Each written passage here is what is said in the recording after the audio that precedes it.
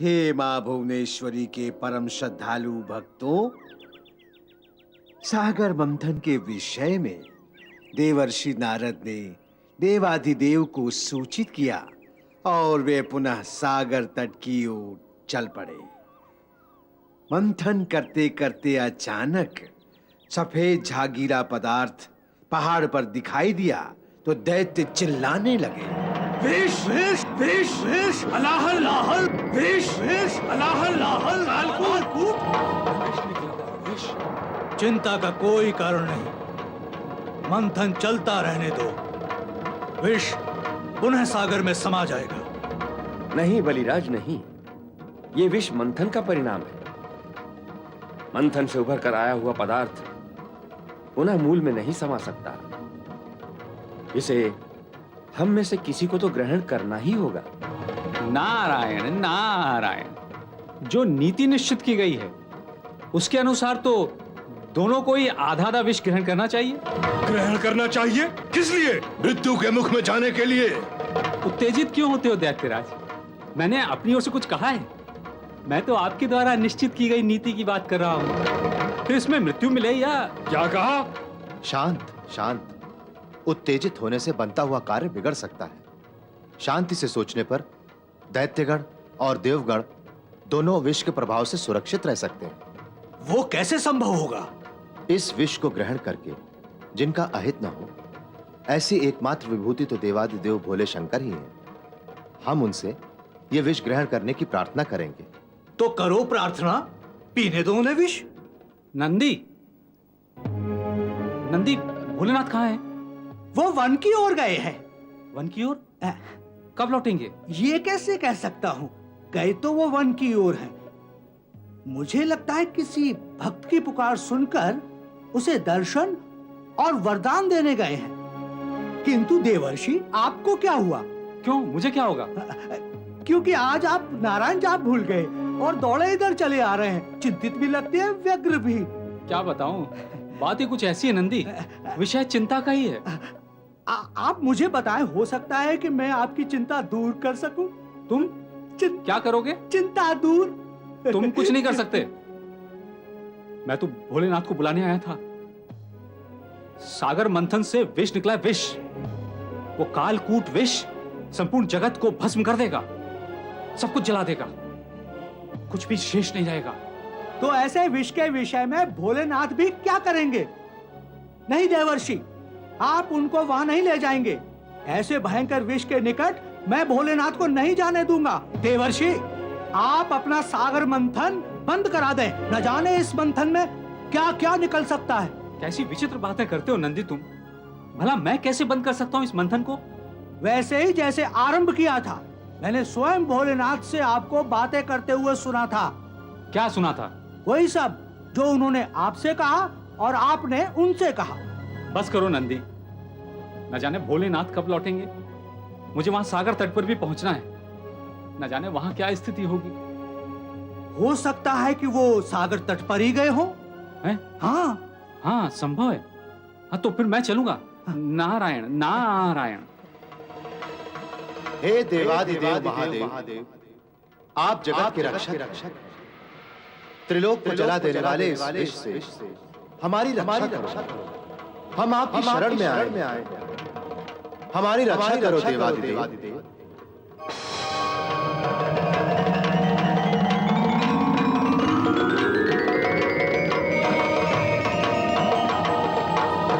जड़ और चेतन के उत्पन्न करता है जगदीश्वर। आत्मा और ईश्वर रूपी पर ब्रह्म आप ही हैं। आप विराट हैं। अग्नि आपका मुख, पृथ्वी चरण कमल है। हे स्वयं प्रकाश, स्वयंभू, कालकूट विष आपका लेश मात्र भी अहित नहीं कर सकता। अतः आप इसे ग्रहण करें।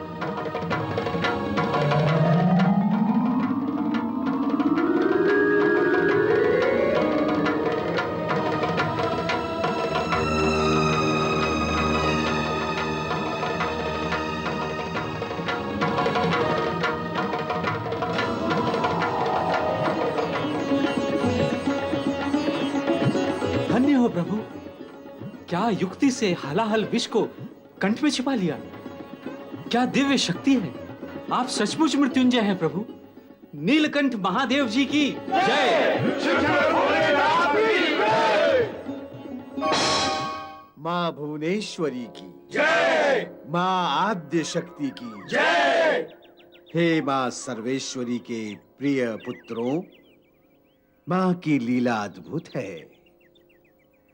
पहले उसने ब्रह्मा जी, विष्णु जी और इंद्र द्वारा सागर मंथन की योजना बनवाई। फिर नारद द्वारा उस योजना का विस्तार करवाया और अंत में भोलेनाथ के द्वारा कालकूट विष से भी जगत की रक्षा करवा दी। हे मेरे निष्ठावान श्रोताओं, इस सत्य को आप पूर्ण रूप से समझ लो कि जो सक्षम, शक्तिमान, कठोर व योगी होता है, वही कठोर व कठिन हलाहल विष भी सहन कर सकता है। अन्य किसी देवगण में कालकूट को सहन करने की क्षमता नहीं थी।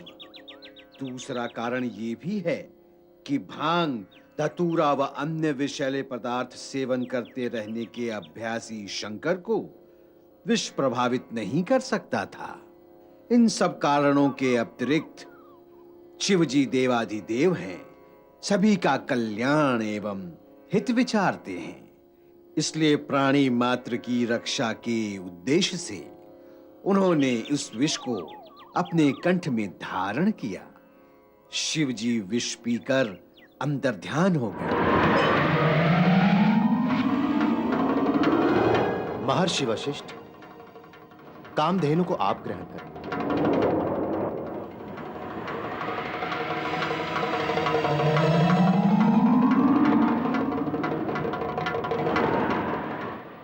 हे कामधेनु, आपको पाकर मैं धन्य हो गया।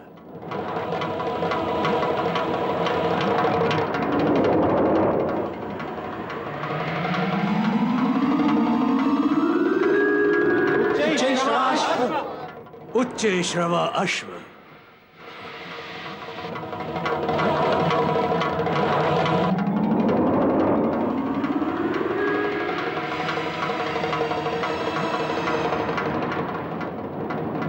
ये उच्चई श्रवा अश्व हमारी कीर्ति में वृद्धि करेगा।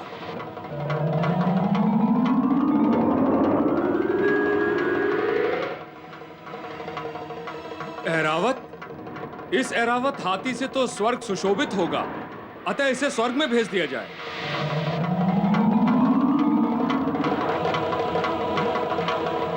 हे भक्तों, सागर मंथन से जब मां कामधेनु प्रकट हुई तो उसे महर्षि वशिष्ठ को सौंप दिया गया।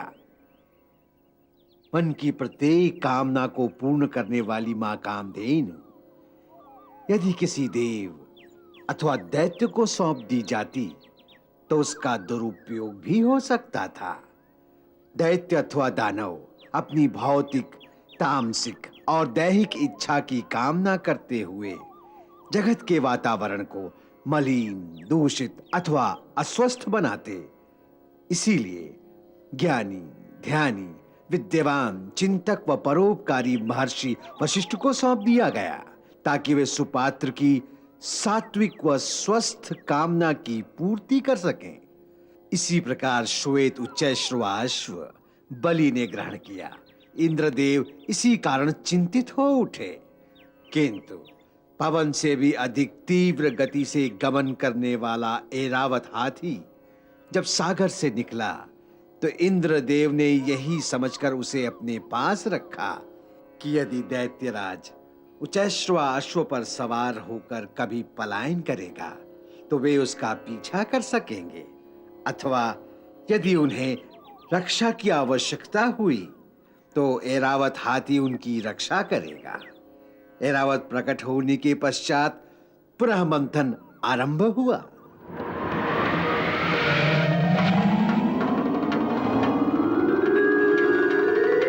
कौस्तुभमणि,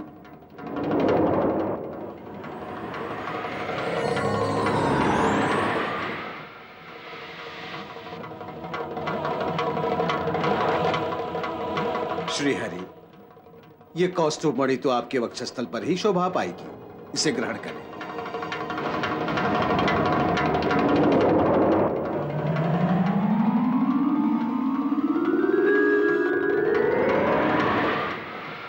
पारिजात? यह पारिजात वृक्ष तो नंदनवन की शोभा बढ़ाने में सहायक होगा। इसे नंदनवन भेज दिया जाए।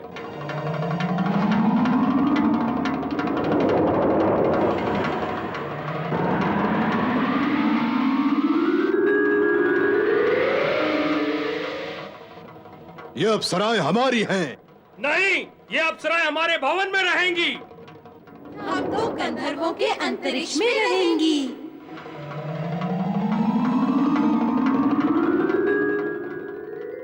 ब्रह्मा जी ने कौस्तुभ मणि श्री हरि विष्णु जी को दे दी। कारण ये कि साधारण मणि भी सीमित क्षेत्र के वातावरण को ही आलोकित कर सकती है, किंतु कौस्तुभ मणि तो तन, मन, धन तीनों को ही प्रभावान बनाने में समर्थ है। ऐसी मणि के लिए योग्य पात्र श्री हरि विष्णु को ही समझा गया, जो अपने भक्तों के तन, मन, धन को कौस्तुभ मणि से और कौस्तुभ मणि जैसा प्रभावान बना सके। पारिजात वृक्ष की शोभा को अक्षय रखने के लिए इंद्रदेव ने उसे दानवों से दूर अपने नंदन वन में रखने का निश्चय किया। किंतु ज्यों ही सागर से 4 अप्सराएं प्रकट हुई, त्यों ही दैत्यों ने मंथन रोककर अप्सराओं की प्राप्ति की अभिलाषा प्रकट की। किंतु कोमलता, सुंदरता एवं दिव्यता की अभ्यासी अप्सराओं को दैत्यों की कठोरता एवं कुरूपता से घृणा उत्पन्न हुई, तो उन्होंने गंधर्व के अंतरिक्ष में जाना स्वीकार किया। मंथन पुनः चलता रहा और जब सागर से विष्णु प्रिया महालक्ष्मी जी प्रकट हुई, तब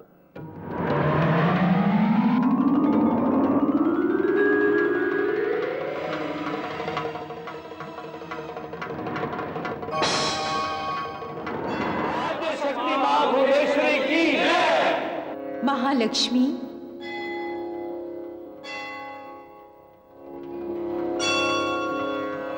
महालक्ष्मी को वही ग्रहण करेगा जिसका वरण स्वयं महालक्ष्मी करेंगी।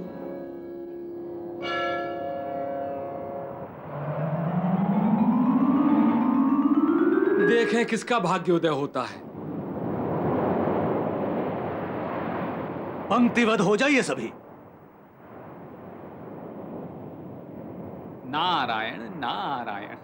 मैं अखंड ब्रह्मचारी माया में लिप्त इन लोगों की पंक्ति से दूर ही भला। यहां से खिसको नारद। नारायण नारायण।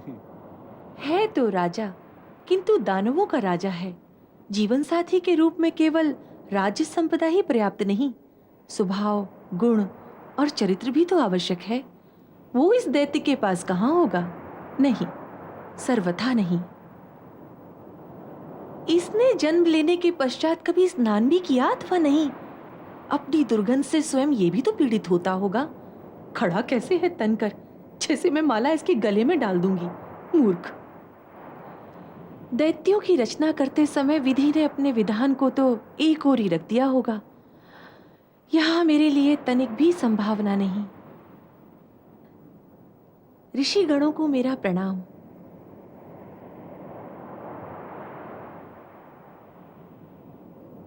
बृहस्पति है तो विद्वान, किंतु श्रृंगार व सरलता का अभाव है। ये वायुदेव तो चंचल है, स्थिर होते ही नहीं। अग्निदेव का ताप मुझसे सहन नहीं होगा। ये तो कामी है, मेरे योग्य नहीं। ओहो, ये तो मेरे पितामह की भी पितामह लगते हैं। हाँ, यहाँ ठहरने का मन करता है।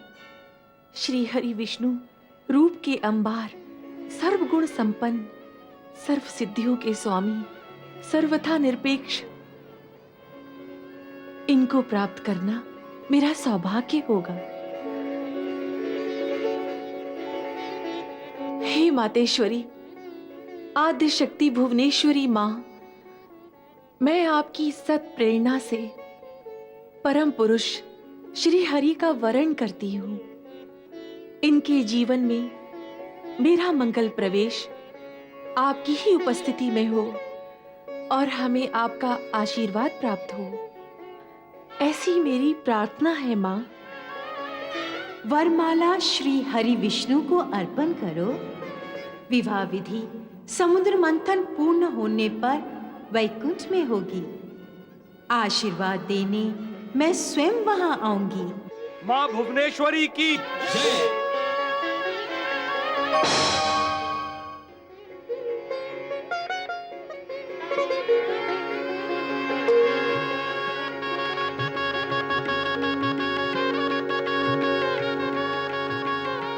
बोलो माता महालक्ष्मी जी की जय। विष्णु प्रिया भगवती लक्ष्मी जी की जय। हे प्रियजनों, लक्ष्मी जी धन की अधिष्ठात्री देवी मानी जाती हैं। धन से ही जीवन की भौतिक आवश्यकताएं परिपूर्ण होती हैं, सामर्थ्य व गरिमा बढ़ती है। जीवन के संपूर्ण लक्ष्य को पूर्ण करने में समर्थ लक्ष्मी जी ने भगवान विष्णु का वर्णन इसलिए किया कि जगत के पालनहार को जगत पालन में वे अपना योगदान दे सकें। मां भुवनेश्वरी के अंतर ध्यान होने के पश्चात सागर मंथन पुनः आरंभ हुआ। इस बार हाथ में कंगन पहने अमृत कलश लिए धन्वंतरी प्रकट हुए, जिन्हें देखकर देव और दानव सभी प्रसन्न हुए और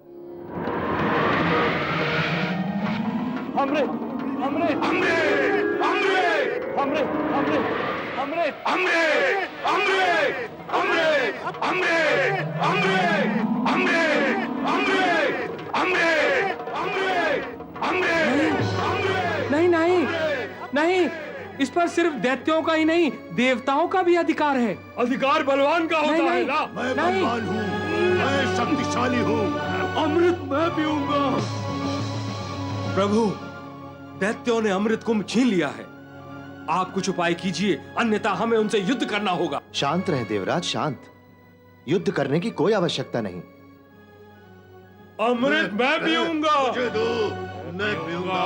अमृत मैं पीऊंगा। मैं शक्तिशाली हूँ, मैं हूँ, मैं पीऊंगा। क्यों महादेवी जी, कैसा लगा इस मोहिनी का रूप आपको? है ना आपसे अधिक सुंदर?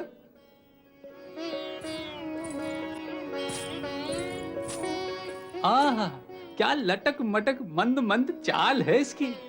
चुप भी रहो नारद, इस दिव्य रूप का मन भरकर पान कर लेने दो। भविष्य में दूसरी बार इस मोहिनी रूप के दर्शन हो या ना हो। मुझे दो। अमृत मैं पीऊंगा। नहीं, मैं पीऊंगा। मैं पीऊंगा। सुंदरी, मुझे दो। सुंदरी,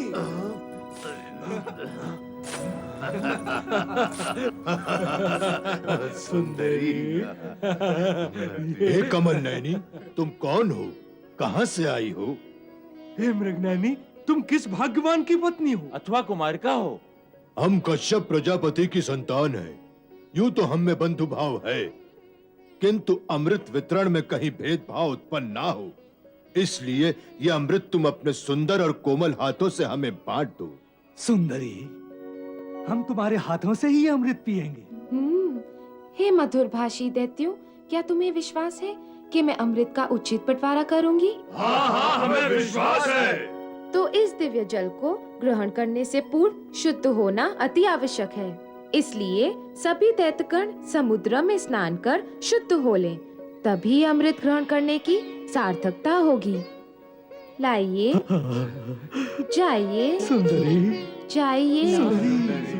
सुंदरी, आओ चलो जल्दी चलो।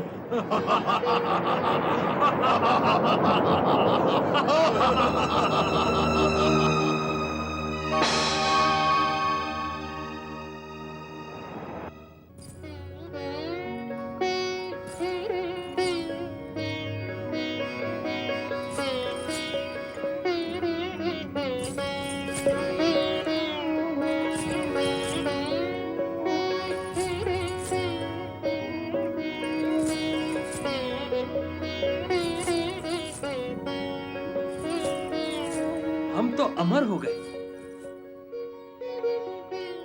अरे ये तो दैत्य राहु है। राहु राक्षस है। राहु।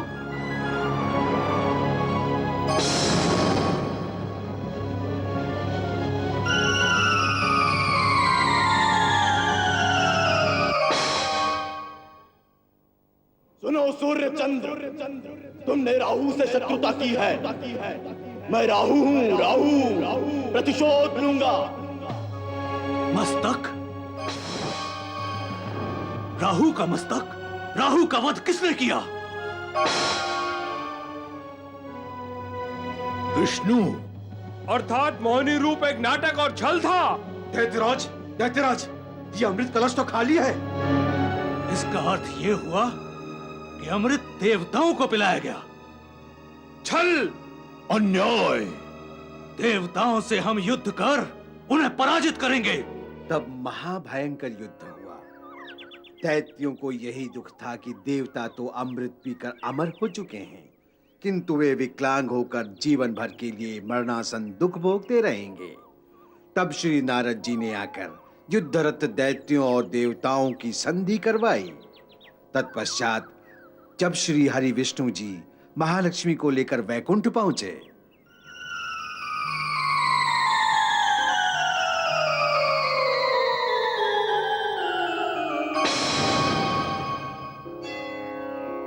जय मां आद्यशक्ति, जय मां भुवनेश्वरी।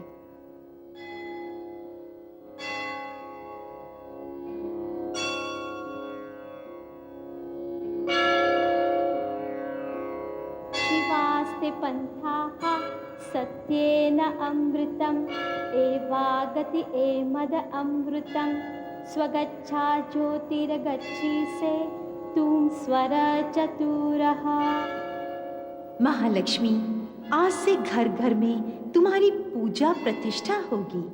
श्री हरि विष्णु के पराक्रम और तुम्हारे उदार रूप का स्मरण करते हुए जन जन जब लक्ष्मी नारायण रूप की पूजा और अर्चना करेंगे, तब उनका जीवन सुख, शांति एवं संपदा से पूर्ण होकर आनंदमयी होगा। हरि ओम। हिरण्यवर्णां हरिणीं सुवर्णरजतस्रजां चन्द्रां हिरण्यमयीं लक्ष्मीं जातवेदो महावः तं महावः जातवेदो लक्ष्मीमनपगामिनीं यस्यां हिरण्यं विन्देयं गामश्वं पुरुषानहम्।